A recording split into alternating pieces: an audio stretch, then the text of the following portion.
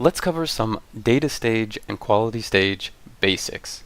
The first thing you have to know is that you have two programs involved in both pieces of software: the designer client and the director client. The designer client is where you'll spend 90% of your time, if not more. And the director client is where you'll spend about 10% roughly of your time. When you launch the designer client, you'll see it says both data stage and quality stage.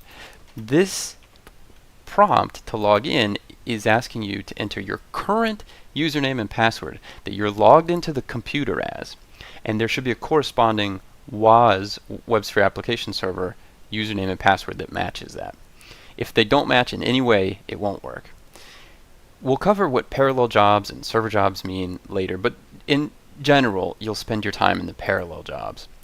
Once you've launched the designer, it will look like this, and we'll cover the interface components later. This is the canvas, for example.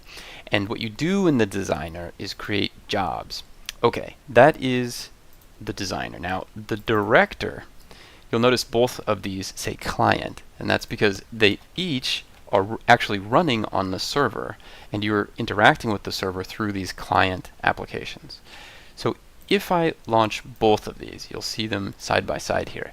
On the left we have the designer, and on the right we have the director.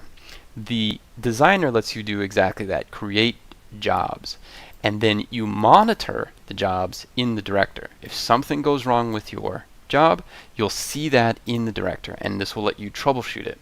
The director has these three pieces icons that you'll use the most. You have the status icon, you have the scheduling icon, and then you'll have the log icon, which is probably the most useful part of the director, especially as you're getting started.